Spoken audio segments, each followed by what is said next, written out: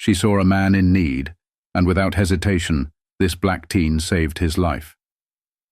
But as the truth about the cop's racism came to light, her world was turned upside down. Could her act of kindness break through his prejudice?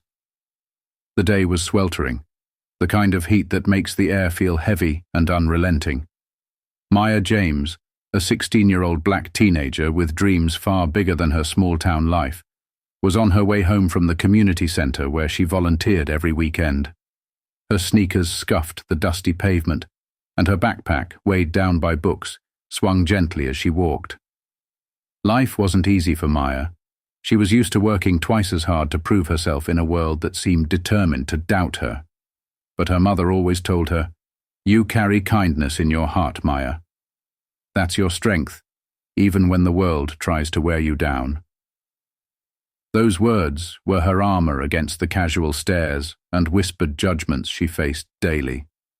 Maya was passing a quiet stretch of road lined with towering trees when she heard it, a faint but distinct groan of pain.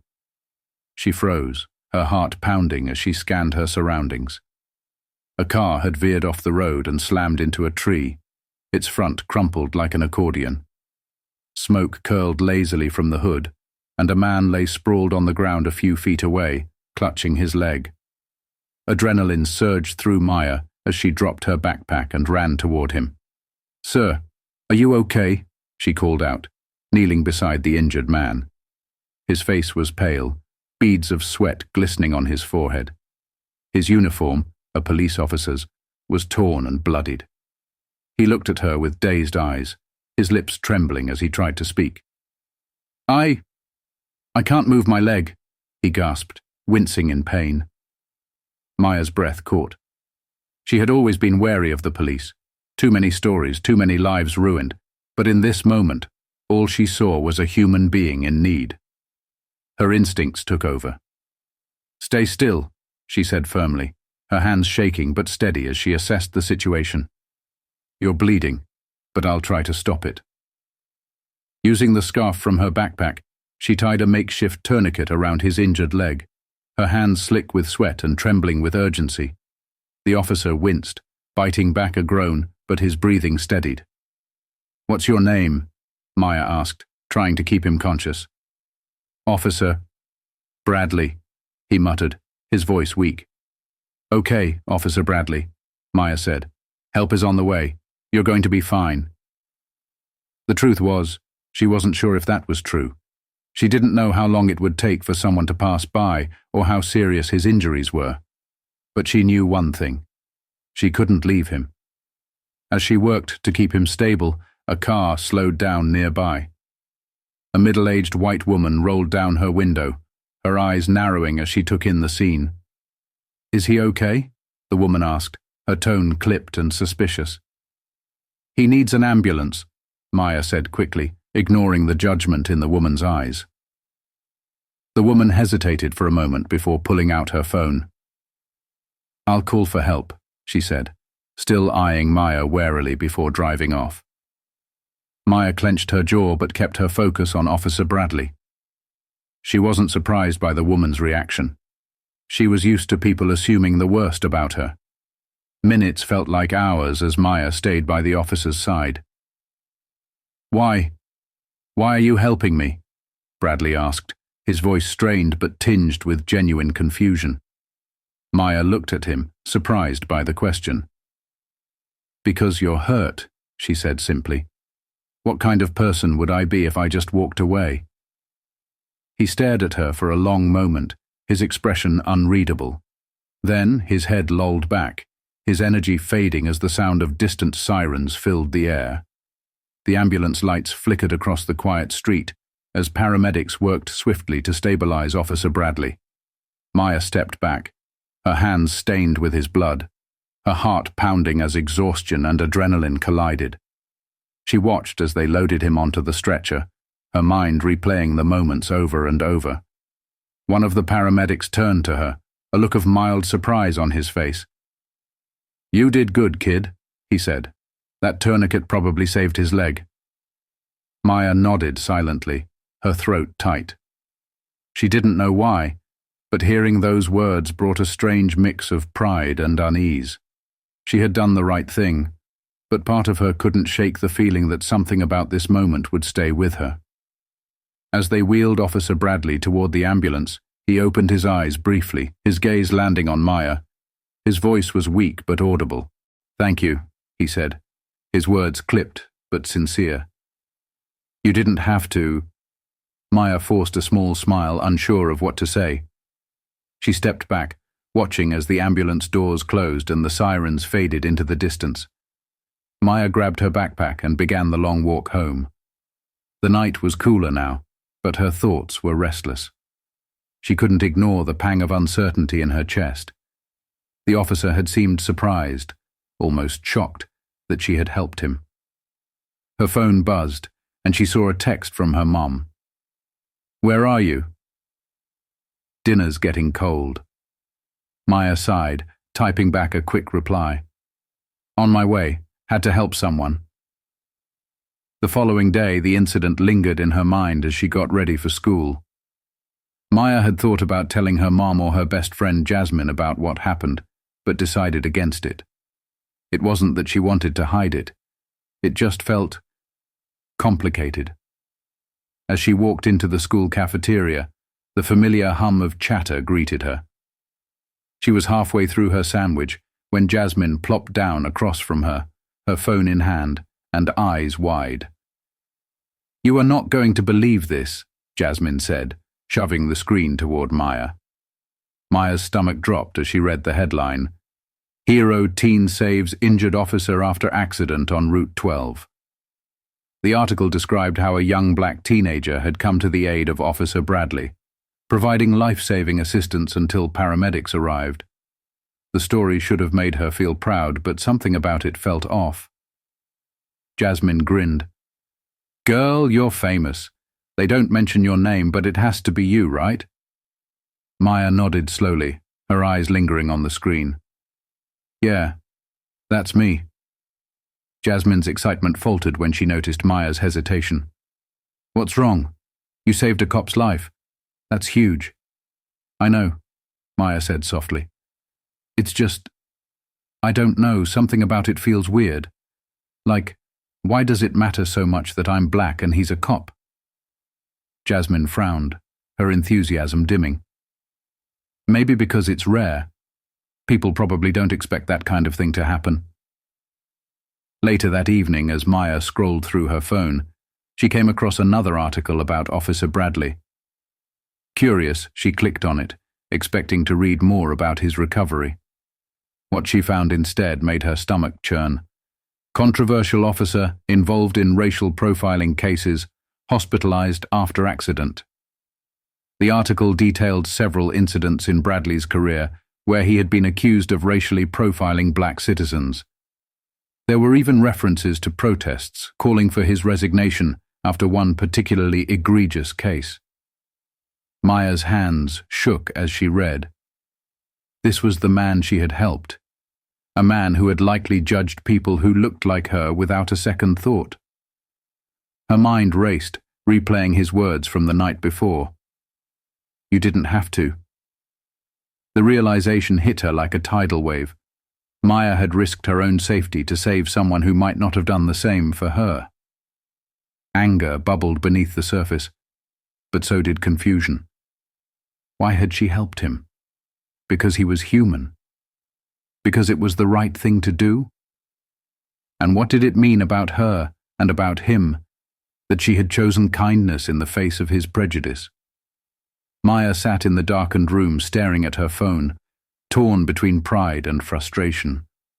The world felt heavier now, the lines between right and wrong blurred in a way she hadn't expected. The next day, Maya sat at the kitchen table, the headline still fresh in her mind.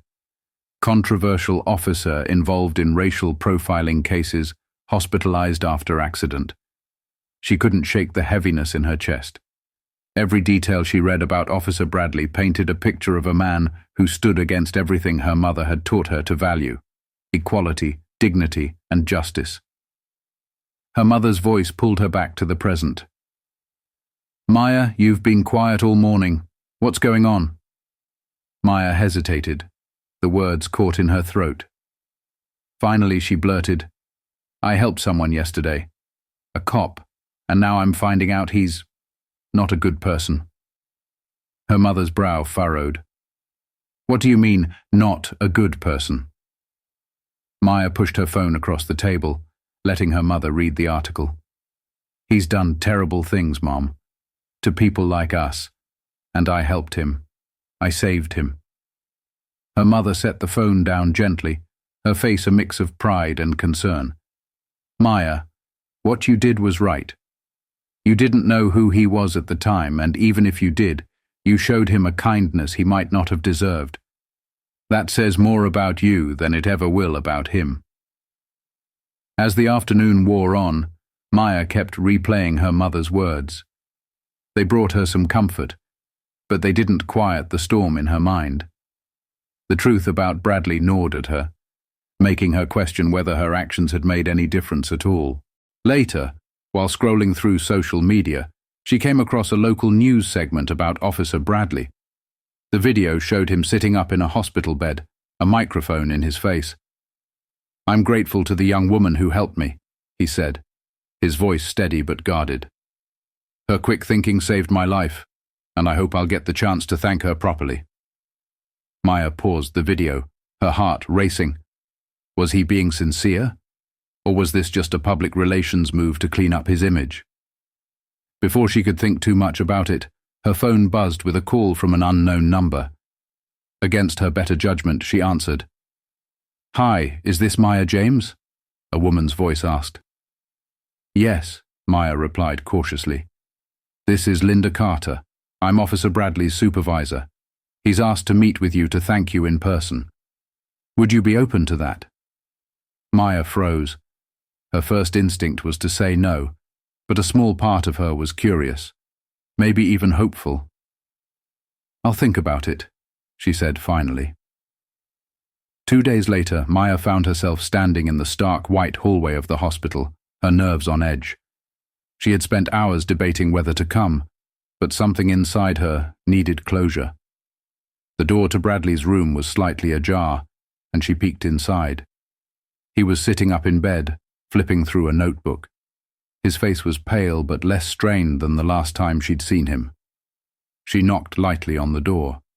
He looked up, his expression shifting to one of surprise. "You came," he said simply. Maya stepped inside, her hands stuffed in her pockets. "I heard you wanted to talk to me." Bradley nodded, gesturing to the chair beside his bed. "Please, sit."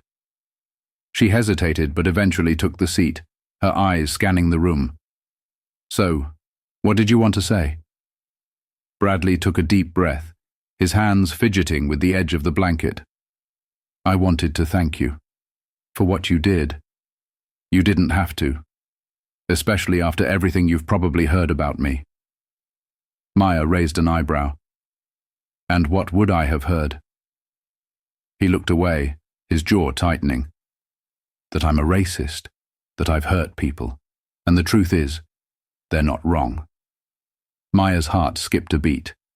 She hadn't expected him to admit it so plainly. "I've spent years doing my job the way I was taught," Bradley continued, his voice heavy. "And somewhere along the line, I stopped questioning whether what I was doing was right. I let my prejudices guide me, and it's cost people more than I'll ever be able to repay." Maya stared at him, unsure of what to say. His words felt genuine, but she couldn't ignore the anger simmering beneath the surface. "Why are you telling me this?" she asked, her voice sharp.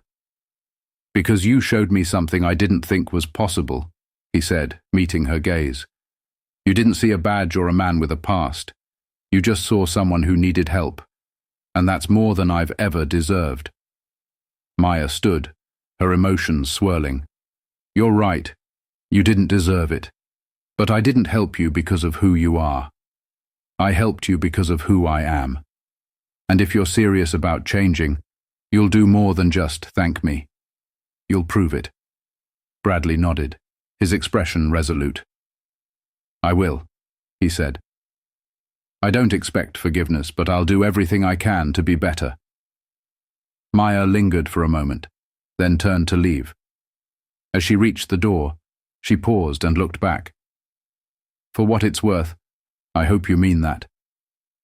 Maya left the hospital that day with a heavy heart. Meeting Officer Bradley had brought her a strange mix of emotions: validation, anger, and cautious hope. She had spoken her truth, and for now, that was enough. The following days were quiet, but Maya couldn't shake the feeling that her encounter with Bradley wasn't the end of the story. She avoided the news, not wanting to see his name or face again, but word spread quickly in their small town.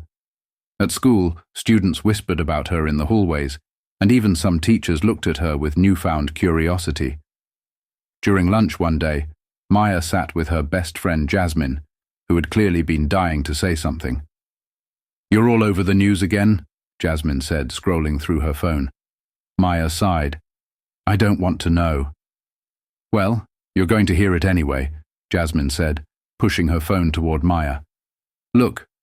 Reluctantly, Maya glanced at the screen.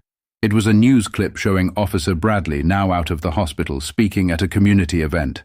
The video cut to Bradley standing in front of a crowd, his face solemn. "A few weeks ago, I found myself at a crossroads. I was injured, vulnerable and helpless. And in that moment, a young woman, a young black woman, saved my life. She didn't ask who I was or what I believed. She didn't hesitate. Her kindness forced me to confront some ugly truths about myself." The camera zoomed in on Bradley's face, his voice heavy with emotion. "For too long, I've been part of a system that hurts people like her. I've been part of the problem. But I want to change that. I'm here today to say that I will dedicate the rest of my career to repairing the damage I've caused and working toward justice and equality." The crowd applauded, but Maya felt a mix of emotions bubbling up as she handed the phone back to Jasmine. "Do you think he's serious?" Jasmine asked, her voice skeptical. "I don't know," Maya admitted. "But it's not about what I think. It's about what he does." That evening, Maya's mother sat down beside her at the kitchen table. "I saw the news," she said, her voice calm. Maya nodded.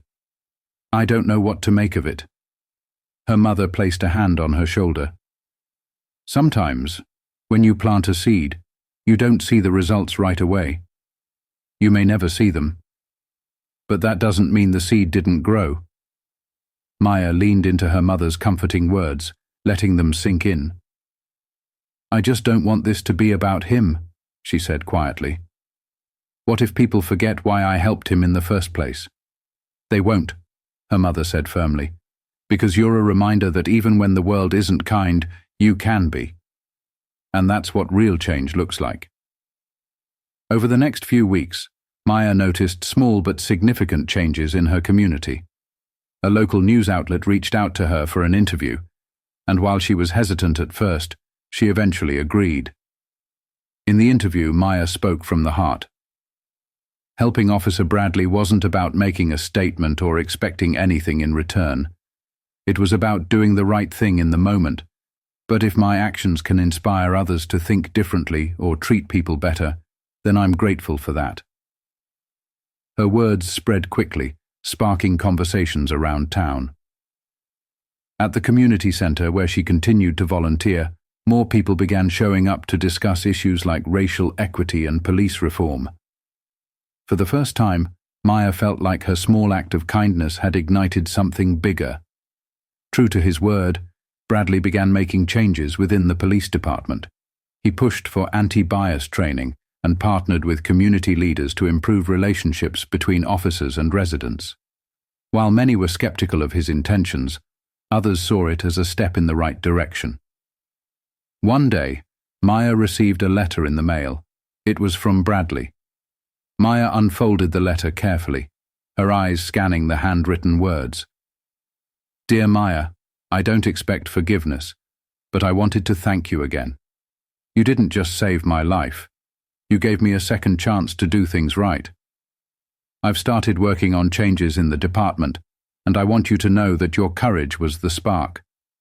Thank you for being better than I ever was. Sincerely, Officer Bradley. Maya held the letter in her hands, tears welling in her eyes. It wasn't a perfect resolution, but it was a start. Weeks passed, and life began to return to its usual rhythm for Maya. She went back to focusing on school, volunteering at the community center, and helping her mother around the house. Yet, things weren't quite the same. The letter from Officer Bradley sat in her drawer, a reminder of the strange and emotional journey she had been through. At the community center, Maya started to notice a shift in conversations. People were talking more openly about issues of racism and inequality, and for the first time, it felt like her voice, and others like hers, was truly being heard. One evening, during a meeting at the center, the director, Mrs. Caldwell, called Maya up to the front. "Maya, I think I speak for everyone when I say your bravery has inspired us all. Your kindness in the face of hate has shown us what it means to truly lead by example." Maya felt her cheeks flush as the room erupted in applause. She wasn't used to being the center of attention, but something about this moment felt different. It wasn't about fame or recognition. It was about the power of connection and change. True to his word, Bradley continued to push for reform within the police department. He organized regular community forums, inviting residents to share their concerns and ideas. Maya attended one of these forums with her mother. At first, she stayed near the back, unsure of how she felt seeing Bradley again. But as she listened to him speak, she could see that he was genuinely trying. He wasn't perfect, far from it. But he was taking steps to hold himself and others accountable. At the end of the forum, Bradley spotted her in the crowd and approached cautiously. "Maya," he said, his voice low and sincere. "Thank you for coming." Maya nodded. "I wanted to see for myself if you were serious." "I am," he replied. "And I know I have a lot to make up for. I just hope I can show you, and the community, that people can change." Maya studied his face for a moment before replying. "Actions speak louder than words. Keep going." A few days later, Maya received a call from a local activist group. They had seen her interview and were inspired by her story. "We'd love for you to come speak at our event next month," the organizer said. "Your story is exactly what people need to hear right now." Maya hesitated. Public speaking wasn't her strong suit, and the idea of standing in front of a large crowd was daunting. But after talking it over with her mother and Jasmine, she decided to take the opportunity. The day of the event arrived, and Maya stood backstage, nervously clutching her note cards. The audience beyond the curtain buzzed with anticipation, and she could hear the muffled sound of the MC introducing her. Taking a deep breath, Maya stepped onto the stage. The spotlight felt blinding, but as she looked out at the crowd, she remembered why she was there. "Good evening," she began, her voice steady despite her nerves. "A few weeks ago, I found myself in a situation I never expected. I helped save a man's life. A man who, as it turned out, had lived a life full of prejudice and hate." The audience fell silent, hanging on her every word. "I didn't know who he was when I helped him. All I saw was someone in need, and I acted on what I knew was right. But what happened after forced me to confront some tough questions about forgiveness, accountability, and what it means to be kind in a world that often isn't kind back." Maya paused, glancing at the front row where her mother and Jasmine sat, their faces filled with pride. "Kindness isn't weakness," she continued. "It's strength. And while it's not always easy, it has the power to challenge hate, to open minds, and to create change, even if that change starts small." The crowd erupted into applause as Maya stepped back from the microphone. She felt a weight lift from her shoulders, replaced by a sense of purpose she had never known before. As the event ended, several people approached Maya, thanking her for her bravery and sharing their own stories. It was in those moments that Maya realized her journey wasn't just about her or Officer Bradley. It was about a larger fight for understanding, justice, and unity. That night, as she lay in bed, Maya thought back to the moment she had first heard Bradley's groan of pain on the side of the road. She had no idea then how much that one decision would ripple through her life and the lives of others. Months later, Maya was still volunteering at the community center, now helping to lead discussions on social justice and equity. She also began working with local leaders to advocate for systemic change, inspired by the lessons she had learned. As for Officer Bradley, his efforts to reform the police department continued to gain traction. While he still faced criticism and skepticism, his actions showed a genuine desire to do better. Maya's story didn't end with a perfect resolution, but that wasn't the point.